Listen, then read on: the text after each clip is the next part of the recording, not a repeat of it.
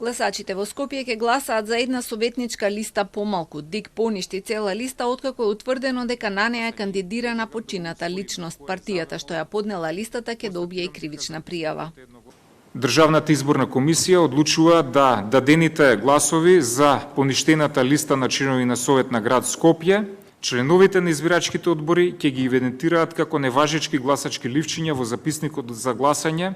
Предлагаме како Државна изборна комисија, согласно одредбите на изборниот закон, во вакви случаи задолжително писмено да го известиме и јавното обвинителство, односно Комисијата за следење на изборни нерегуларности при јавното обвинителство, согласно нивните законски надлежности, понатаму доколку сметаат да ги проверат овие податоци и доколку има основ да поведат соодветни постапки согласно нивната надлежност. Починатата не била избришена од избирачкиот список, па од ДИК за случајот дознале вчера по допрен глас. По тоа прибавиле писмен доказ, извод од матична книга на умрени. Утврдено е дека не се исполнети условите од изборниот законник, бидејќи за наведеното лице нема лична изјава за прифаќање на кандидатурата, која е задолжителна и неотповиклива за потврдување на листата.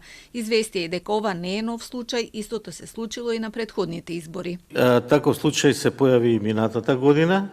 Меѓутоа, ние преземавме мерки и листата ја отфрливме, бидејќи тој не беше запишан во избирачкиот список. А сега е запишан во избирачкиот список и тоа ствара дополнителна конфузија.